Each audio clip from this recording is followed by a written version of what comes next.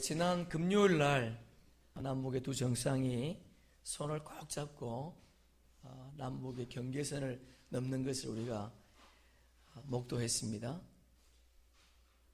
어떤 사람은 눈물을 흘리고 그러더만요. 정말 가슴이 벅차지 않습니까? 여러분, 그 주보 안에 간지를 제가 넣어놨는데요. 한번 꺼내보세요. 그리고 나라와 민족을 위한 40일 기도가 있습니다. 캄스쿨에서 지금 하고 있는데, 킹덤에서 하고 있는데, 우리가 지난 목요일부터, 우리 금요일부터죠. 우리 함께 기도하고 있는데요. 7가지 기도 제목이 있습니다. 우리 한번 기도의 제목을 우리 한번 함께 읽어보겠습니다. 첫째 1. 대한민국을 덮고 있는 거짓 평화와 주체 사상의 영이 무너지도록 기도합시다. 2. 70 동안 고통받고 있는 북한의 주민들과 억압받는 북녘의 교인들을 위해 북한 정권이 속히 무너지도록 기도합시다. 3. 남북 정상회담과 북미 정상회담 가운데 지도자들이 대한민국의 복음 통일을 위해 올바른 정책을 펼쳐가도록 기도합시다. 4. 한국 교회가 종말의 시대 깊은 잠에서 깨어나 예수 그리스도의 다시 오심을 준비하는 기도하는 교회로 깨어나도록 기도합시다. 5. 이 기간 동안 기도자의 마음에 회개의 영이 부어지고 국가의 제약을 덮고 애통해하며 깨끗한 새 마음 되도록 기도합시다. 6. 감히 통일 대한민국을 준비할 하나님 나라 용사를 훈련하고 준비하는 일에 성령의 충만함으로 감당할 수 있도록 기도합시다. 7. 바알에게 무릎을 꿇지 않은 실천의 중보자들이 합심하여 연합할 수 있도록 기도합시다. 아멘. 그리고 뒤에 보면 날짜가 있습니다. 시간을 좀 정하셔서 함께 기도하시면 좋겠습니다. 특별히 새벽에 나오셔서 기도하시면 더 좋겠고요. 시간이 되지 않으면, 여의치 않으면 뒤에 있는 이 7가지 제목을 놓고 한 번씩 기도하는 그런 시간이 되었으면 좋겠습니다. 40일, 6월 며칠 날 끝나는가요? 뒤에 보니까 6월 5일이죠. 북미 정상회담이 6월 달쯤에 있을 것 같은데 아마 그 시즌이 아닌가 그렇게 생각해 봅니다. 오늘은 우리가 하나님께서 모세에게 아론의 아들들을 대제사장과 제사장으로 임명하고 위임하는 장면입니다. 위임식을 하는 거예요. 위임식. 저희 교단은 잘 모르겠는데 장로 교단은 2년이 되면, 청빙에서 2년이 지나면 위임식을 합니다.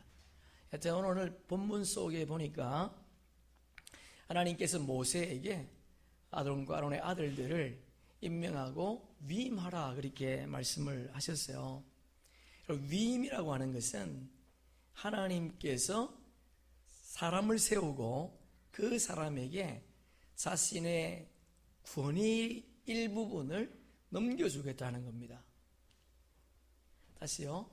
하나님께서 하나님의 사람들을 바르게 세우기 위해서 하나님의 사람을 선택하고 그를 통해서 하나님의 나라가 바르게 세워질 수 있도록 하나님의 권위의 일부를 넘겨주는 것이 권위라는 거예요. 여러분, 하나님의 권위는 절대적인 줄로 믿습니다. 아멘. 하나님의 권위는 절대적이에요. 그러나 하나님의 권위를 일부를 넘겨받은 하나님의 사람들에게는 일부의 절대적인 권위는 아니지만 위임 권위가 주어진다는 거예요. 그래서 우리는 이 땅의 삶을 살아가면서 2가지 권위 아래에서 살아갑니다. 첫째는 절대적인 하나님의 권위 아래, 그리고 2번째는 하나님이 세우신 권위의 위임 권위 아래 저희와 여러분이 살아간다는 거예요. 하나님께서 하나님의 절대 권위와 그리고 하나님이 세우신 권위에 복종할 것을 명령하셨습니다. 문제가 뭐냐? 오늘날 많은 사람들이 이런 권위에 순종하지 않는다는 거예요. 그러나 저와 여러분은 하나님의 권위와 하나님이 세우신 위은 권위에 순종할 수 있기를 축복합니다. 여러분, 사도행전 9장에 보면 사도 바울이 예수 그리스도를 알지 못했을 때에 하나님의 뜻을 거스르는 그런 행동을 하지 않습니까? 그런데 그 다메섹 도상에서 부활하신 예수님을 만납니다. 그리고는 절대 권위인 그분 앞에 무릎을 꿇습니다. 절대 권위자이신 부활하신 주님이 그에게 말씀하기를 네가 지금 잘못하고 있다는 거야. 네가 지금 하나님의 일을 하는 것이 아니라 오히려 하나님을 대적하고 있다. 그렇게 말씀을 해요. 그러면서 하나님께서 네가 절대 권위에 순종하고 그리고 내가 위임한 위임 권위에 복종하라. 그렇게 말씀하셨어요. 그래서 사도 바울에게 직가라고 하는 동네에 유다의 집에 가라. 그러면 하나님이 위임한 위임자가 와서 너에게 무엇을 어떤 일을 하게 될 것인지 가르쳐 주겠다는 거야. 여러분, 그가 누굽니까?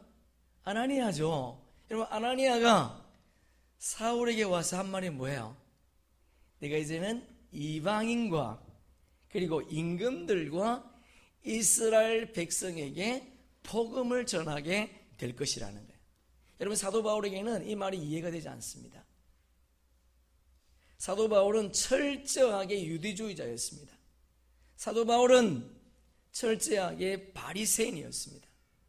그러나 여러분, 사도 바울이 하나님의 위임자이지 아나니아의 말을 듣고 그의 삶이 완전히 바뀌었다는 거예요.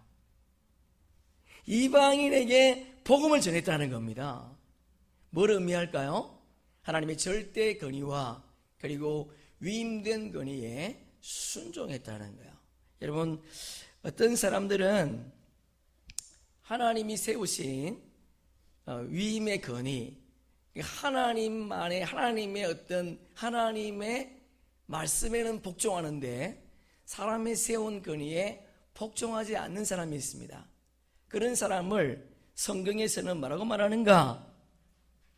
신비주의자다 그렇게 말합니다. 또 어떤 사람은 하나님의 말은 잘 듣지 않는데 사람의 말에 맹종하는 사람이 있습니다. 그런 사람을 가리켜서 성경은 우상 숭배자다 그렇게 말합니다. 여러분, 올바른 자세가 뭐겠습니까? 하나님의 절대 권위와 그리고 하나님이 위임한 위임 권위에 순종하는 것이 올바른 자세인 줄로 믿습니다. 오늘 제사장 직분의 위임식이 38절에서 46절에 보면 일주일 동안 진행되었습니다. 하루에 끝난 게 아니에요. 일주일 동안 진행되었다는 거예요. 까다로운 형식과 절차를 거쳐서 제사장 직분을 위임했습니다.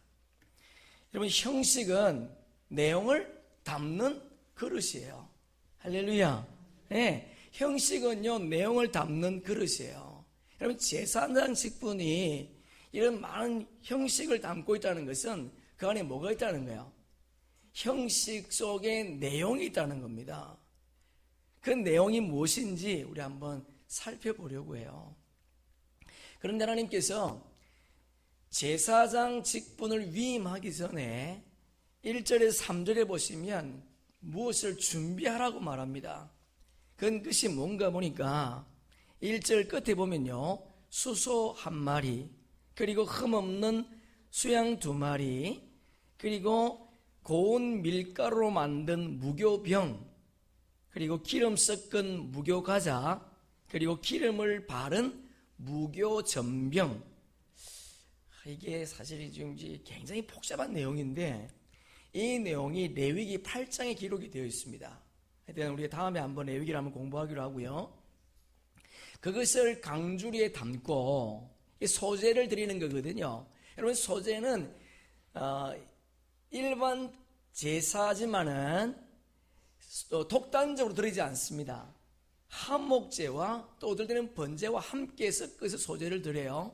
그래서 하여튼 그것을 강줄에 담아서 수소 한 마리와 수양 두 마리를 함께 준비하라, 그렇게 말했습니다. 여러분, 제사는, 예배는 그냥 시간이 되어서 드리는 것이 아니에요. 할렐루야. 네, 예배는 준비하는 거예요. 우리가 주의 날을 기억하고 그 날을 준비해서 드리는 것이 예배라는 거예요. 그래서 아무 옷이나 입고 나오는 것이 아니라 깨끗한 옷, 제일 좋은 옷을 골라서 주님 앞에 나오는 것, 그것이 바른 예배자의 태도라는 거예요. 자, 그러면 하나님께서 이것을 준비하라 그러시고, 그리고는 그 취임식 절차를 진행하시는데 어떻게 하는가 보세요. 첫 번째 보니까 4절 5절 한번 보세요. 여러분 성경으로 4절 5절에 보시면, 4절에 보시면요, 너는 아론과 그의 아들들을 해막문으로 데려다가 물로 씻기고, 오래 되어 있어요. 여기 해막문은 동쪽문이 아닙니다. 동쪽문이 아니고 성소 있죠. 성소 앞문이에요. 성소 앞에 뭐가 있는가 하면 물두멍이 있습니다. 물두멍. 우리가 지금 공부하지 않았는데 우리 다음 시간이네요. 공부할 텐데요. 그 물두멍을 가지고 모세에게 아론과 아론의 아들들을 모욕시키라는 거예요. 그들을 모욕시키고, 그 다음에 5절에 보면 제사장의 옷을 입히라, 그렇게 되어 있습니다. 여러분, 그 옷이 어떤 옷입니까? 28장 2절 보세요. 28장 2절. 자, 우리 함께 읽습니다. 내 형 아론을 위하여 거룩한 옷, 또 영화롭고 아름답게 할지니. 여러분, 그 옷이 보니까 어떤 옷인가? 거룩한 옷이랍니다. 어떤 옷입니까? 영화로운 옷이랍니다. 어떤 옷입니까? 아름다운 옷이라는 거예요. 여러분, 제사장인 인간은 거룩하지 않습니다. 그러나 그 옷을 입음으로 말미암아 거룩한 존재가 되는 거예요. 그런데 이 제사장복은요, 계속 이어져 내려갑니다. 여러분, 아론 다음에 엘리아살이 아들이 제사장이 되는데, 그 아들이 대제사장복을 입는 거예요. 대제사장복은 이 땅에 하나밖에 없습니다. 그래서 거룩한 거예요. 왜 아름답습니까? 왜 영화롭습니까? 여러분, 영화롭다고 하는 것은 무겁다는 의미가 있다고 그랬죠. 제사장복에 보면 견대 어깨 위에 12지파의 이름이 새겨져 있습니다. 그리고 가슴에도 12지파의 이름이 새겨져 있다는 거예요. 그들의 무거운 짐, 가슴에 품고 있는 기도의 제목을 제사장이 담당하기를 주님께서 원하셨다는 겁니다. 그래서 그 직분이 어떻게 해요? 아름답다는 거예요. 여러분, 이 세상에서 하나님의 마음을 품는 거, 오늘 우리 기도하신 우리 김동현 집사님 말씀처럼 우리가 하나님의 마음을 품는 거, 영혼 구원에 내 마음을 쏟는 거, 그만큼 아름다운 일이 없는 줄로 믿습니다. 이 세상에 갈 바를 몰라서 헤매이고 있는 그들, 가슴에 문제를 안고 오늘도 고통하며 씨름하는 그들을 품고 저와 여러분이 해야 될 것이 뭔가? 기도라는 거예요. 이것이 아름다운 일이다, 그렇게 말씀을 하고 있습니다. 여러분, 제사장이 탁월하기 때문에, 다른 사람들보다 똑똑하기 때문에 그들이 제사장이 된 것이 아니에요. 거룩하고 아름답고 영화로운 옷을 입음으로 말미암아 그들의 수치가 가리워진 겁니다. 그리고 그들의 신분을 주님이 드러낸 거예요.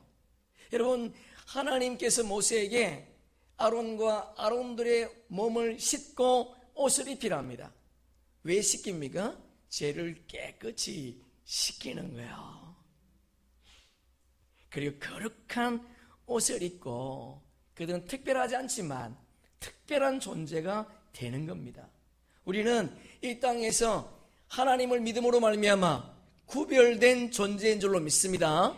특별한 존재라는 거예요. 저와 여러분이 이 땅에서 예수를 믿음으로 말미암아 우리는 특별한 존재가 되었습니다. 애굽에 함께 살고 있던 이스라엘 백성들, 그 땅에 10가지 재앙 가운데 4번째 재앙부터 하나님은 곧센 땅을 구별하셨습니다. 오늘도 우리의 삶을 구별하셔서 우리를 도우시고 인도하시는 그 하나님을 바라볼 수 있기를 축복합니다. 두 번째, 아론의 머리에 기름을 부었다는 거예요. 7절 보세요. 함께 읽습니다. 간유를 가져다가 그의 머리에 부어 바르고, 기름은 뭘 의미할까요? 성령을 의미하는 거예요. 여러분, 자격이 없는 사람에게 하나님께서 제사장으로 삼으셨는데, 그가 자격이 없지만 제사장 일을 감당하기 위해서 필요한 것이 뭡니까? 성령의 충만함인 줄로 믿습니다. 아멘. 그래서 우리 토요 기도회 때 우리 박상환 집사님이 우리 목회자들을 위해서 기도할 때 늘 성령 충만케 하옵소서. 할렐루야. 여러분, 우리도 일상의 삶을 살아가면서 늘 성령의 충만함을 덧입기를 축복합니다. 그러면 세상에 지금 문제 때문에 고민하는 사람들, 한치 앞을 내다볼 수 없어서 또 미래에 어떤 일이 주어질까 고민하는 우리 청년들, 그런 모든 문제가 성령 충만함으로 담대하게 이길 줄로 믿습니다. 우리에게 주어진 환경은 동일하지만 성령께서 내 속에 임재하셔서 강력하게 일하실 때에는 그 어떤 환경도 두렵지 않다는 거예요. 그래서 우리에게는 성령의 충만함이 필요한 줄로 믿습니다. 성령이 임하시면 우리에게 능력이 주어진다는 거예요. 그래서 고전 2장 10절에 보니까 성령은 모든 것, 하나님의 깊은 것까지 통달하신다. 할렐루야. 아멘. 하나님의 경륜을 깨달아 알 수 있는 것은 다른 게 아닙니다. 많이 배워서 아니에요. 세상의 지식과 정보를 많이 알아서 아니에요. 하나님의 깊은 경륜, 그것은 성령을 통해서 알 수 있다는 것을 성경은 우리에게 말씀해 주고 있습니다. 저와 여러분에게 임하신 성령의 임재하심을 충만히 함으로 말미암아 오늘도 하나님의 경륜 속에, 하나님의 역사 속에 하나님의 정세를 알고 하나님의 위대한 뜻을 함께 이루어가는 믿음의 사람들 되기를 주님의 이름으로 축복합니다. 하나님께서 아론을, 그의 아들들을 불러서 물로 몸을 씻기고 그리고 제사장복을 입히고 기름을 붓는 이유가 뭔가? 두 가지로 우리가 이해할 수 있습니다. 첫째는 하나님이 부르지 않으면 어느 누구도 제사장이 될 수 없다는 거예요. 반대로 하나님께서 부르시면 누구라도 제사장이 될 수 있다는 겁니다. 두 번째, 하나님 불러서 물로 씻으시고 옷을 입히고 기름을 붓지 않으면 아무리 세상적으로 탁월해도 제사장의 일을 감당할 수 없다는 거예요. 그러나 세상에서 배운 것도 없고 가진 것 없고 별 볼 일 없지만 주께서 선택하셔서 기름 부으시면 하나님의 일을 감당할 수 있다는 겁니다. 여러분, 저와 여러분이 하나님의 기름 부으심을 사모하는 그런 은혜가 있기를, 그래서 주님이 우리에게 맡겨주신 사명이 무겁지 않고 감사함으로 기쁨으로 감당하는 그런 은혜가 있기를 축복합니다. 아멘. 세 번째 보니까 이게 복잡합니다. 제사를 드렸습니다. 10절 이후부터 마지막 절까지 제사에 대한 이야기를 쭉 기록하고 있어요. 첫 번째 제사가 뭐냐 보니까 10절부터 14절까지가 속죄제입니다. 여러분, 아론과 그들을, 제 아들들을 몸을 씻기고 그리고 거룩한 옷을 입히고 기름을 부은 이후에 제사를 드리라고 말씀하셨는데 첫 번째 제사가 뭐냐? 속죄제라는 거예요. 우리 14절 함께 읽습니다. 그 수소의 고기와 가죽과 똥을 짐 밖에 불살라 이는 속죄제니라. 여러분 10절 보시면 그 수송아지는 준비된 거죠. 1절에서 준비된 것을 가지고 오라고 그랬습니다. 그 준비된 것에 소를 아론과 아론들의 아들들이 해막문 앞에서 그 수소 머리에 안수하는 거예요. 안수한다는 것은 어떤 의미가 있습니까? 자기의 죄를 정가시키는 겁니다. 자기의 죄를 정가시키는 거예요. 제사장이라 할지라도 죄가 있다 없다? 죄가 있다는 거예요. 왜 속죄제를 먼저 드리는가? 그들이 해야 될 것이 뭔가 하면 이스라엘 백성들의 죄를 사하는 거지 않습니까? 그런데 자신이 죄가 있으면 안 된다는 거죠. 다른 사람들의 죄를 사하는 직분을 감당해야 되는데 내가 죄가 있어서 어떻게 그를 감당할 수 있겠습니까? 그래서 하나님께서 먼저 속죄제를 드리라는 거예요. 네가 먼저 깨끗하고 그리고 하나님의 일을 감당하라는 겁니다. 여러분 우리 집에 그릇들이 많이 있지 않습니까? 아무리 좋은 그릇이라 할지라도 더러우면 그 속에 음식을 담을 수 있습니까? 담을 수 없습니다. 더러우면 사용할 수 없다는 거야. 이런 거룩한 일에 쓰임받기 위해서 제사장인 네가 먼저 깨끗해야 된다고 하는 메시지가 담겨 있는 거야. 그래서 속죄제를 먼저 드리는 겁니다. 두 번째 보니까 15절부터 18절의 내용인데요. 이런 번제제 속죄 제사를 드린 그 제사장이 번제를 드립니다. 번제라고 하는 것은요, 모든 재물을 다 태워서 하나님께 드리는 거예요. 우리가 지난번에 함께 살펴봤지만 번제는 어떻게 합니까?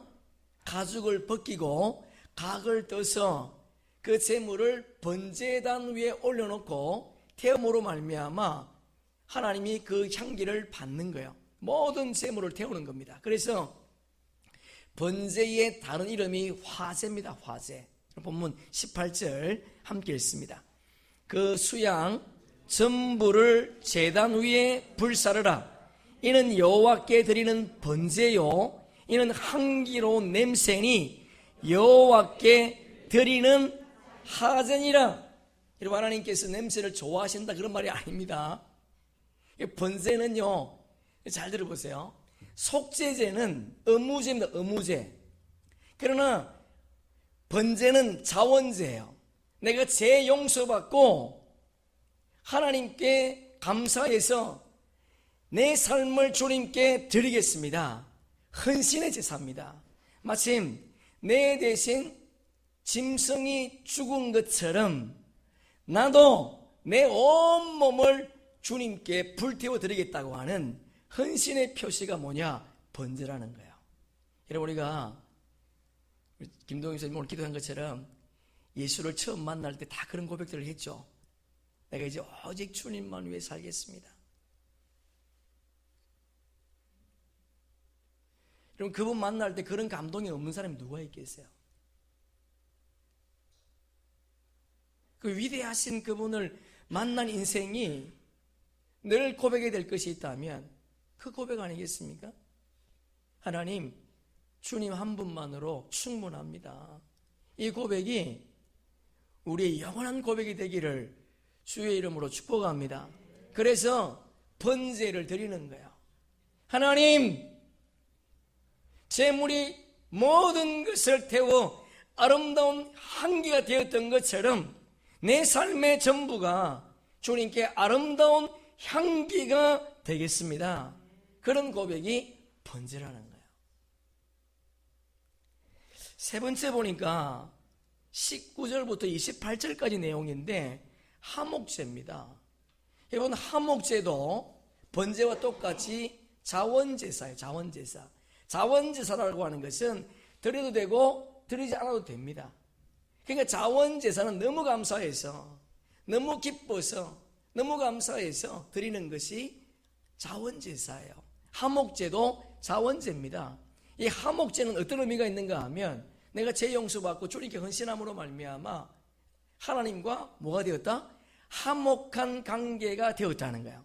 그래서 여러분, 제물을 제사장에게는 드리지만 제물을 가지고 온 사람에게 제물을 주지 않습니다. 그런데 화목제는 그렇지 않습니다. 화목제는 제물을 가지고 온 사람에게 제물을 줍니다.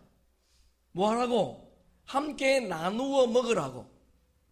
그걸 남겨두면 안 돼요. 만약에 그날 남겼으면 다 태워서 버려야 됩니다. 화목제는 함께 식탁으로 초청하는 거예요. 하나님이 나를 화목케 하셨다는 거 너무 감사해서 또 다른 사람들과 화목한 관계를 누리라, 그렇게 주님이 말씀하셨어요. 그런데 화목제물에 특이한 점이 있습니다. 오늘 본문 29장은 레위기 8장에 또 상세 기록이 되어 있는데, 레위기 8장에 기록되지 않은 화목제물에 특이한 점이 있어요. 그것이 몇 절인가 하면 20절이에요. 여러분 20절 보세요. 자, 우리 20절 함께 읽습니다. 너는 그 수양을 잡고 그것의 피를 가져다가 아론의 오른손 깃뿌리와 그의 아들들의 오른쪽 깃뿌리에 바르고 그 오른쪽 엄지와 오른쪽 발에 바르고 그 피를 제단에 뿌리고. 예, 여러분 지금 보니까 머리에 그리고 손과 발에 그 피를 바르라 그렇게 되어 있습니다. 여러분, 귀는 듣는 거죠. 뭘 들으라는 거예요? 하나님의 말씀을 들으라는 거예요. 손과 발은요, 세상에 죄 짓는 데 쓰지 말고 하나님을 위해서 손과 발을 사용하라. 할렐루야. 여러분, 우리는 세상에 부귀영화, 부자 되기 위해서 예수 믿는 거 아닙니다. 우리가 예수 믿는 것은 그분의 거룩함을 쫓아가기 위해서 예수를 믿는 줄로 믿습니다.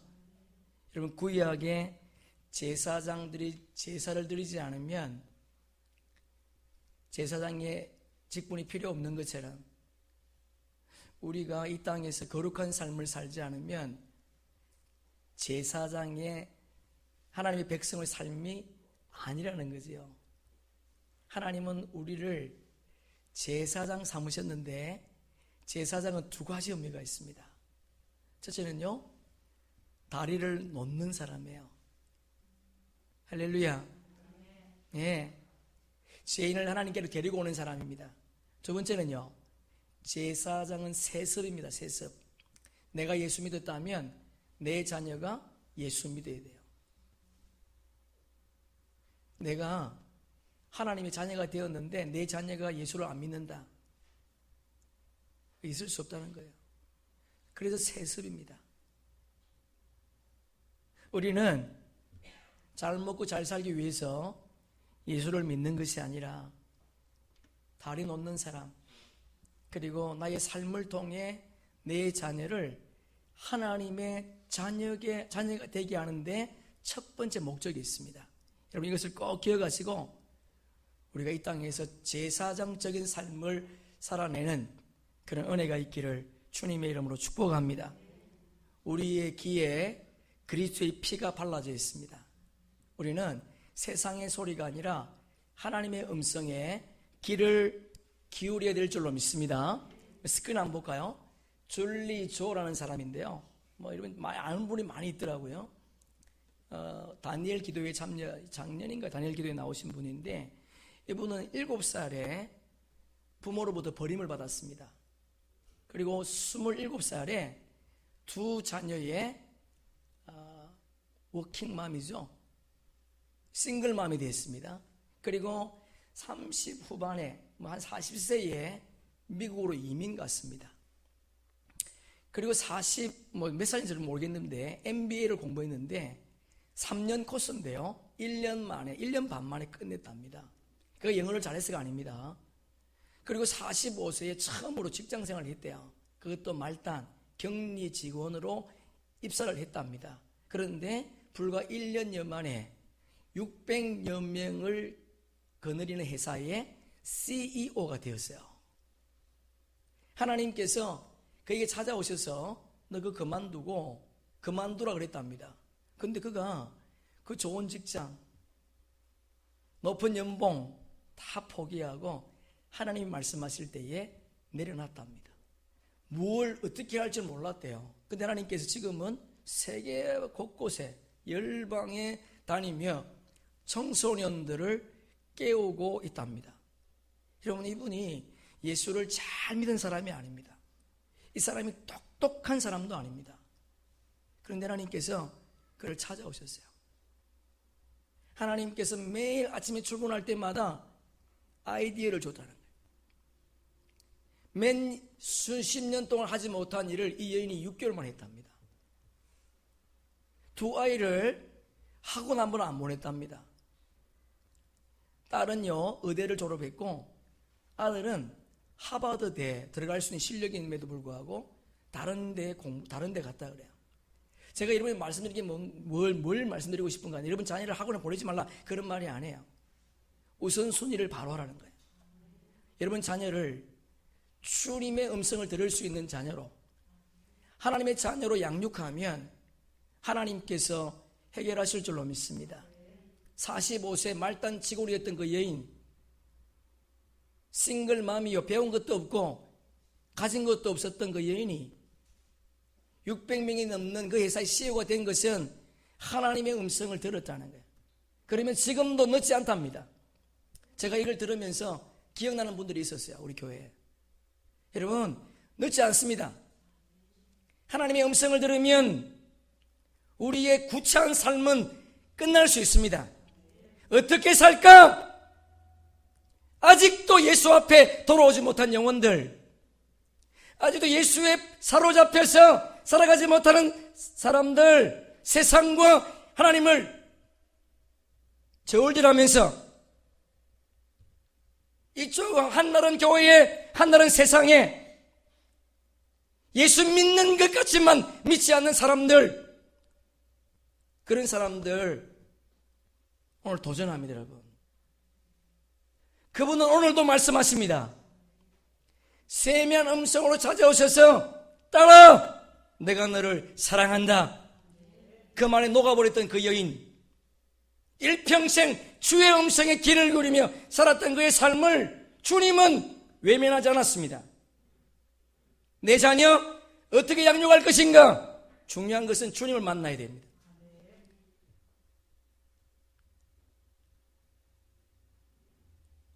오늘날 우리 아이들 컴퓨터에 그리고 음란 사이트에 젖어 살아갑니다. 여러분, 그 미디어 금지 시켜야 돼요. 그거 못 보게 해야 됩니다. 그거. 내 구조가 달라요. 안 된다고 그러지 마시고 좀 하려고 좀 노력해 보세요. 여러분, 캄스쿨 오늘이 마지막 신청입니다. 우리 청년들 한번 좀 도전하셔서, 하고 싶어도 못하는 사람들 있지 않습니까? 정말 좋은 기회에 하나님의 역사의 흐름 속에 대한민국이 흘러가고 있는데 이 역사의 주인공을 한번 쓰임받는 청년이 되었으면 좋겠어요. 30주 한번 도전하는 거죠. 여러분, 저와 여러분의 귀에 하나님의 피, 그리스도의 피가 발라져 있습니다. 더러운 소리, 세상의 소리에 귀를 기울이지 마시고 하나님의 음성에 귀를 기울이는 그런 은혜가 있기를 주의 이름으로 축복합니다. 우리의 손에 그리스도의 피가 발라져 있습니다. 이 손으로 다른 사람의 것을 훔치거나 다른 사람들의 마음을 아프게 하지 마시고 하나님의 선한 손이 되어서 이웃을 돕고 섬기는 은혜가 있기를 축복합니다. 우리의 발에 그리스도의 피가 발라져 있습니다. 아무 곳에 가서 죄를 묻히지 마시고 복된 장소, 복된 곳을 구별해서 다니는 저와 여러분 되기를 주님의 이름으로 축복합니다. 여러분, 세상의 사람들이 우리의 삶을 보고 거룩을 느낄 수 있도록, 우리의 삶을 보고 예수를 느낄 수 있도록 그런 삶을 살아내기를 소망합니다. 이 땅에 어느 종교도, 어느 종교를 가진 사람도 예수를 미워하는 사람 아무도 없습니다. 예수를 믿는 사람을 미워하는 거죠. 우리가 이 땅에서 예수를 믿고 그분의 자녀가 되었는데, 오늘도 우리에게 말씀하시는 그 하나님 앞에 귀를 기울여서 그분이 원하시는 일, 그분이 원하시는 장소에 늘 머무는 그런 은혜가 있기를 축복합니다. 여러분, 오늘 우리가 구약의 제사장 직분의 위임식을 살펴봤는데, 그것이 우리에게 왜 중요한가? 여러분, 중요합니다. 영적인 원리가 있습니다. 구약의 모든 법은 신약에서 영적으로 개성되었습니다. 구약의 율법은 없어진 것이 아닙니다. 구약의 율법은 그대로 이어지는 것도 아닙니다. 영적으로 개성되었다는 거예요. 영적 개성이란 형식은 없어졌지만 내용은 그대로 유지된다는 거예요. 할렐루야. 대표적인 것이 구약의 짐승제사죠. 여러분, 구약의 짐승제사 지금 안 드리지 않습니까? 피제사 드리지 않습니다. 그러나 더 완벽한 제사를 우리는 드리고 있다는 거예요. 예수 그리스도께서 십자가에서 피 흘려 죽으심으로 말미암아 우리의 어린 양으로 오셔서 십자가에 죽어주심으로 말미암아 우리는 완벽한 제사를 지금 드리고 있습니다. 그 내용이 히브리서 10장의 내용이에요. 그 가운데 우리는 히브리서 10장 19절로 20절 함께 읽습니다. 그러므로 형제들아, 우리가 예수의 피를 힘입어 성소에 들어갈 담력을 얻었나니 그 길은 우리를 위하여 휘장 가운데 열어놓으신 새로운 산길이요 휘장은 곧 그의 육체니라. 할렐루야. 아멘. 예배를 통해서 우리 영혼이 살아나기를 축복합니다. 담대히 주님 앞에 나왔습니다. 지성소에 들어온 거예요. 1년에 하루밖에 들어가지 못하는 구약의 제사가 아니라 매일매일 언제든지 그분 앞에 담대히 나올 수 있는, 그분이 십자가에서 피를 흘려 죽으심으로 말미암아 그것을 믿음으로 말미암아 믿음으로 고백하면 오늘 우리는 지성소 안으로 담대히 들어올 수 있다는 거야. 구약의 짐승제사가 영적으로 개성되었습니다. 여러분, 할례를 행합니까? 행하지 않습니다. 그러나 마음에 할례를 행하는 거야. 영적으로 개성된 거야. 구약의 제사장 때도 사라졌습니까? 그렇지 않습니다. 영적으로 개성되었습니다. 목사 제도로 개성되었다는 거예요. 여러분, 성경 9절 보세요. 본문 9절 시작. 아론과 그의 아들들에게 띠를 띄우며 간을 씌워 그들에게 제사장의 직분을 맡겨 영원한 규례가 되게 하라. 너는 이같이 아론과 그의 아들들에게 위임하여 거룩하게 할지니라. 저를 한번 보세요. 영원한 규례.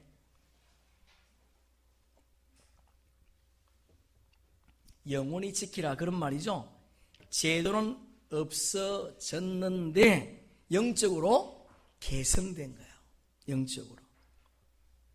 그래서 이런 제사장은 자격 없는 자를 부르셔서 세워주신 은혜에 감사해서 두렵고 떨리는 마음으로 겸손하게 하나님의 절대권에 순종하고, 그리고 백성들은 하나님께서 택하신 위임한 제사장을 통해서 하나님의 음성을 듣겠다고 하는 영적 권위를 인정할 때 두 가지 약속이 주어집니다. 본문 보세요. 42절 보세요. 42절 함께 읽습니다. 이는 너희가 대대로 여호와 앞 회막문에서 늘 드린 번제라. 내가 거기서 너희와 만나고. 할렐루야. 아멘. 예. 여러분, 영적 권위를 인정할 때에 하나님 첫 번째 약속이 뭐예요? 만나주겠다는 거예요.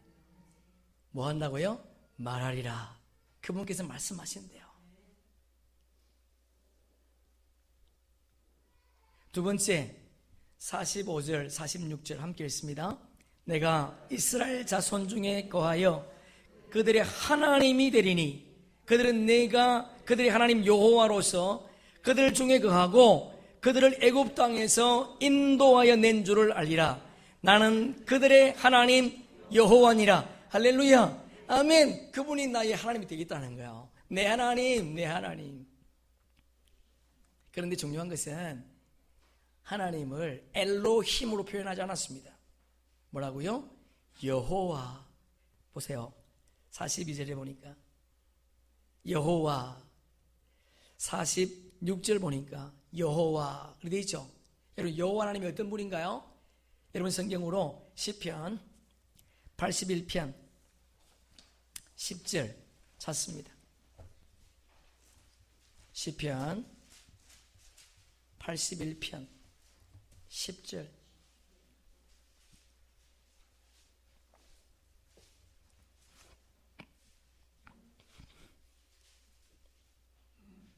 시편 81편 10절. 자, 함께 읽습니다. 나는 너를 애굽 땅에서 인도하여 낸 여호와 내 하나님이니 내 입을 크게 열라 내가 세우리라. 할렐루야. 여러분, 그분 우리를 애굽에서 인도하신 분이에요. 세상에 있던 우리를, 영원한 진노 가운데 죽을 수밖에 없는 우리를 불러내신 분, 그래서 홍해를 건너온 우리, 그분께서 말씀하십니다. 입을 넓게 열라. 누가? 세상 속에서 부름받은 자가, 우리가. 누가 채운답니까? 내가 채우는 게 아니에요. 그분이 채워주시겠답니다. 우리는 이미 세상으로 돌아갈 수 없는 자가 되었습니다. 그렇다면 그분의 약속을 믿을 수 있기를 축복합니다. 여러분의 생각, 여러분의 계획 내려놓으시고 하나님이 말씀하시는 것, 그분이 말씀하시는 걸 들어야 돼요. 그래, 조라는 분, 집사님이 자기가 주의 음성을 듣고 바로 갔으면 한 5, 6년 더 일찍 주님 앞에 쓰임 받을 수 있었는데, 사람의 말을 듣고 일찍 쓰임 받지 못한 것을 한탄하더라고요. 한탄. 여러분, 우리 모두는 다 주님 앞에 쓰임 받을 수 있습니다. 내가 얼마나 그분의 말씀에 순종하느냐, 내가 얼마나 그분 앞에 내 자신을 내려놓느냐, 그게 우리의 관건이에요.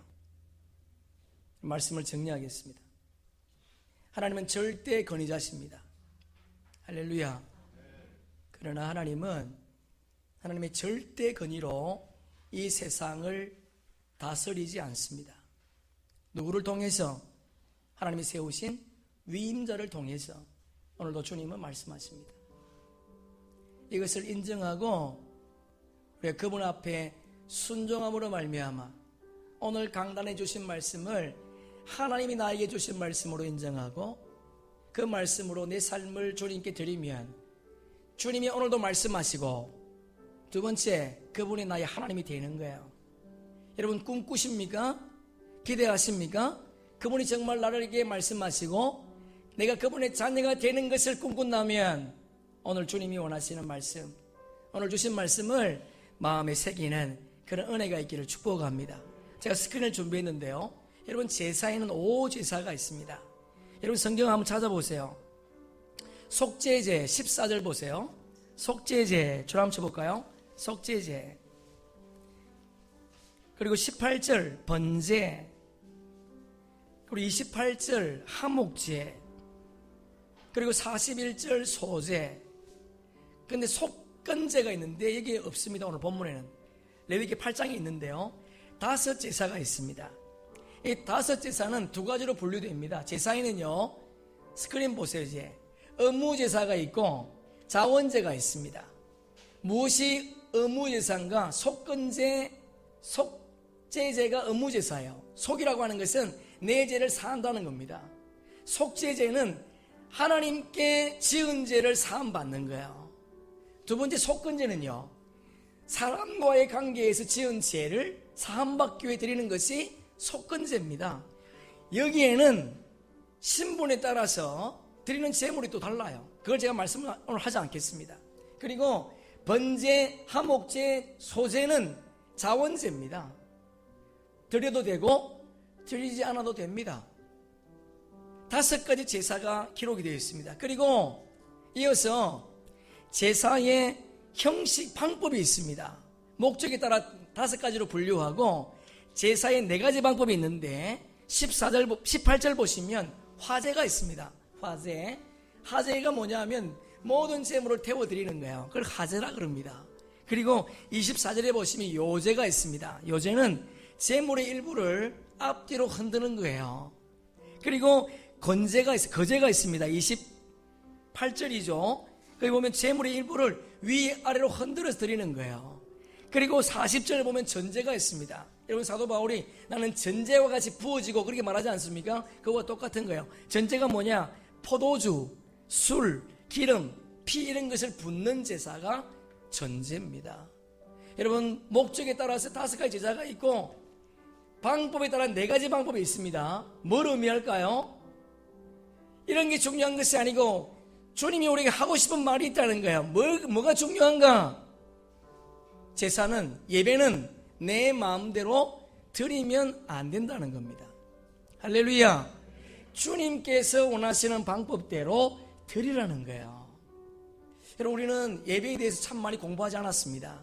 제가 이 말씀을 준비하면서 10년 동안 우리 강단에서 예배에 대해서 너무 많은 예배에 대한 것을 너무 강조하지 않았다는 것을 제가 알게 되었어요.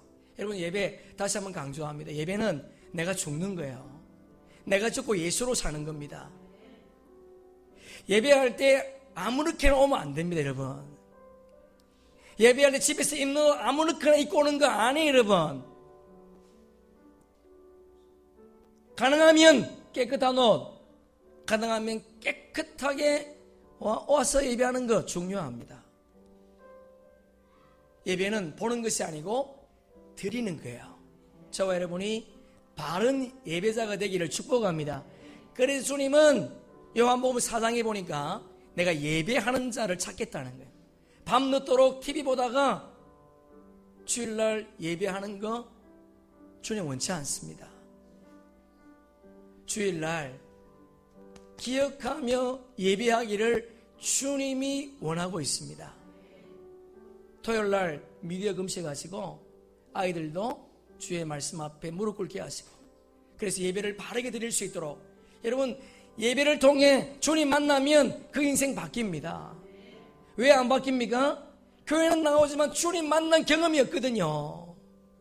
교회는 나오지만 그분의 음성을 들은 적이 없거든요. 그러니까 안 바뀌는 거예요, 인생이. 진짜 그분이 계신가 안 계신가 모르는 거예요. 그래서 누굴 통해서 보는가요? 부모를 통해서 보는 겁니다. 그런데 부모는 집에 와서는, 교회에서는 거룩한 척 하는데 집에 가면 이게 아니에요. 예배자가 아니에요, 이게. 그런데 어떻게 아이들이 하나님을 경험할 수 있겠습니까? 여러분, 중요한 것은, 영적인 것은 나이 차이가 없습니다, 여러분. 사무엘도 주의 음성을 들었다는 기억하시고 여러분의 자녀를 무릎 꿇는 자녀로 키울 수 있기를 축복합니다. 그도 주님의 음성을 들을 수 있도록, 아직 어려서 안 돼! 아니에요, 여러분. 들을 수 있어요. 우선순위, 공부 중요하지만 공부보다 더 중요한 것은 그가 하나님 만나는 거예요. 공부 잘하면 뭘 하겠습니까? 공부 잘하면. 예수 없는 인생 껍데기입니다. 낯생해요. 예수를 만나야 그 인생에 의미가 있는 겁니다. 왜? 우리 인생이 이 땅에서 끝나는 것이 아니니까. 내가 비록 대학은 떨어지고 지방대 간다 할지라도 그 속 예수를 뽑는다면 그는 영원한 나라가 보장된 거예요. 우리는 늘 말하지 않습니까? 세상은 잠깐이야. 세상은 끝이 있어. 그렇게 말하지만 실상은 우리의 삶 속에 세상이 전부인 것처럼, 내가 지고 있는 것이 전부인 것처럼 그렇게 살아가는 우리의 얄팍한 그런 인생 살고 있지 않습니까? 남에게 조금만 마음의 상처를 받으면 교회를 떠나버리는, 조금만 상처받으면 예수가 없는 것처럼 살아가는, 조금만 어려우면 예수가 없는 인생처럼 살아가는 우리의 모습 다시 한번 돌아보시고, 그분을 만날 수 있도록, 나뿐만 아니라 아직도 만나지 못한 그 영혼들을 불쌍히 여겨서 그들을 어깨에 가슴에 품고 기도할 수 있기를 주의 이름으로 축복합니다. 여러분, 오제사 네 가지 방법을 통해 주님께서 우리에게 하고 싶은 결정적인 이유가 있습니다. 그 이유가 뭔가? 오늘 29장에서 거룩이라는 단어가 무려 16번 나옵니다. 그런데 직접적인 거룩이 우리 한번 살펴보려고 그래요. 1절 한번 보세요. 내가 그들에게 나를 섬길 제사장 직분을 위임하여 그들을 거룩하게 할 일. 9절 보세요. 끝부분에 보니까 아론과 그의 아들들에게 위임하여 거룩하게 할지니라. 21절 끝부분 보니까 아들들의 옷이 거룩하리라. 33절 그들은 속죄물 곧 그들이 위임하며 그들을 거룩하게 하는데, 44절 아론과 그의 아들들도 거룩하게 하여. 할렐루야. 여러분, 하나님께 쓰임받기를 원하십니까? 여러분의 가정과 여러분의 일터가 쓰임받기를 원하십니까? 그렇다면 우리가 가져야 될 게 뭐냐? 거룩입니다. 할렐루야. 우리의 삶의 목적은 거룩이에요. 내가 거룩하니 너희도 거룩할지어다. 거룩하지 않으면 주의 음성을 들을 수가 없습니다. 마음이 청결한 자가 복이 있나니. 여러분, 깨끗해야 주의 음성을 들을 수 있는 거예요. 우리가 이 땅의 왕같은 제사장의 삶을 살아가는데 우리에게 중요한 것이 뭐냐? 거룩.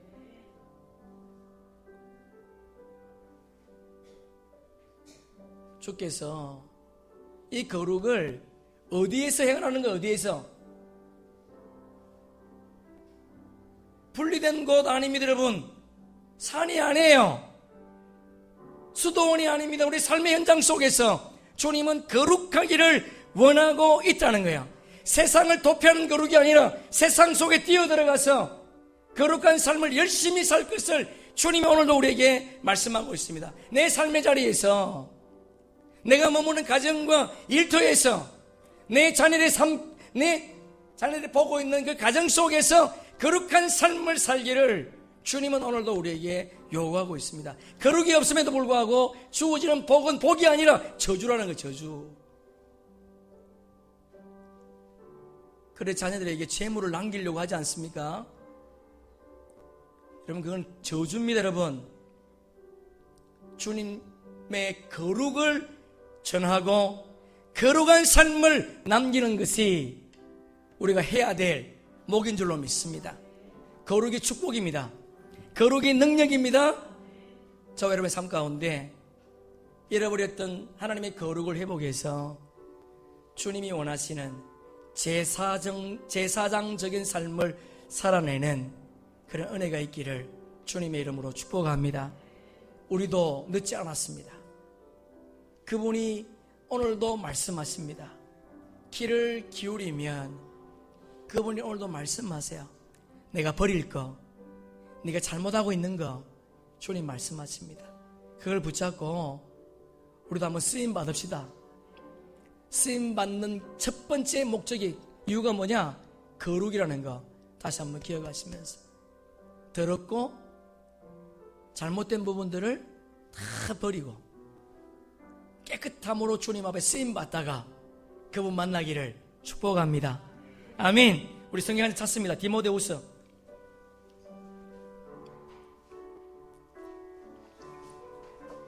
2장 20절 21절 디모데후서 2장 20절 21절 우리 함께 읽습니다. 큰 집에는 금그릇과 은그릇뿐 아니라 나무그릇과 질그릇도 있어 귀하게 쓰는 것도 있고 천하게 쓰는 것도 있나니 그러므로 누구든지 이런 것에서 자기를 깨끗하게 하면 기 쓰는 그릇이 되어 거룩하고 주인이 쓰심에 합당하며 모든 선한 일에 준비함이 할렐루야 아멘. 여러분의 거룩함으로 주님 앞에 쓰임받기를 축복합니다. 배우지 않아도 괜찮습니다. 가진 거 없어도 괜찮습니다. 내가 깨끗하면 주님이 쓰시겠대요. 우리도 줄리조 집사처럼 간증하는 그날이 오기를 축복합니다. 우리 한번 찬양하겠습니다. 변찮는 주님의 사랑과 거룩한 보혈의 공로를 우리 다 찬양합시다. 여러분 뭘 찬양하자고요? 거룩한 주의 공로. 우리 한번 찬양하고 우리 한번 기도하겠습니다. 주님, 우리 박수하면서 하겠습니다. 변찮는 주님의 사랑과 아멘. 거룩한 보혈의 공로를 우리 다 찬양을 합시다. 아멘.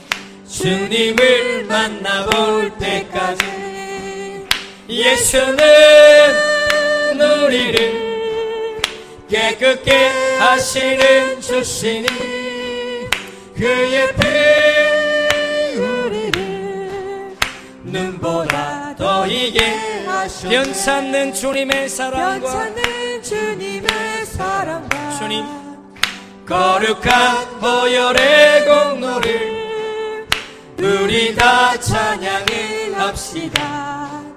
주님을 만나볼 때까지 아멘. 예수는 우리를 깨끗게 하시는 주시니 그의 피 우리를 눈보다 더 희게 하셨네. 주님의 깨끗한 보혈을 날마다 입으로 간증해 담대히 싸우며 나가세. 천국에 들어갈 때까지 아멘. 예수는 우리를 깨끗게 하시는 주시니 그의 피 우리를 눈보다 더 희게 하셨네. 십자가 단단히 붙잡고 아멘. 날마다 이기며 나가세. 머리에 면류관 쓰고서 주 앞에 찬양할 때까지 아멘. 예수는 우리를 깨끗게 하시는 주시니 그의 피 우리를 눈보다 더 십자가 든든히 붙잡고 십자가 단단히 붙잡고 아멘. 날마다 이기며 나가세. 머리에 면류관 쓰고서 주 앞에 찬양할 때까지 예수는 우리를 깨끗게 하시는 주시니 그의 피 우리를 눈보다 더 이게 하셨네. 나를 주님 앞에서 멀리 하지 마시고 주의 성령을 거두지 마옵소서. 아멘 아멘. 그 구원의 기쁨 다시 회복시키시며 변치 않는 맘 내 안에 주소. 우리 다시 한번 고백합니다. 나를 주님 앞에서 나를 주님 앞에서 멀리 하지 마시고 주의 성령을 주여 거두지 아멘, 아멘. 마옵소서. 그 구원의 기쁨 다시 회복시키시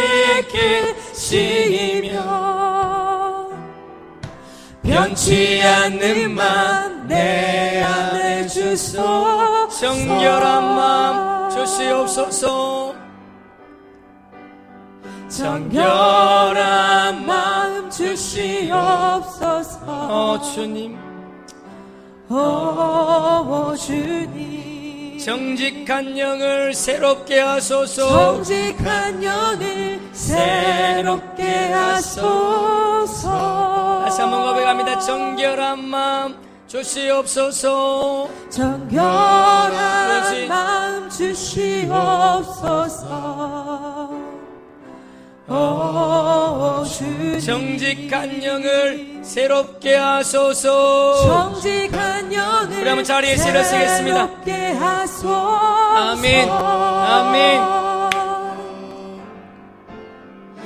나를 주님 앞에서 멀리 하지 마시고 맞습니다. 주님 주의 성령을 거두지 마옵소서 아버지여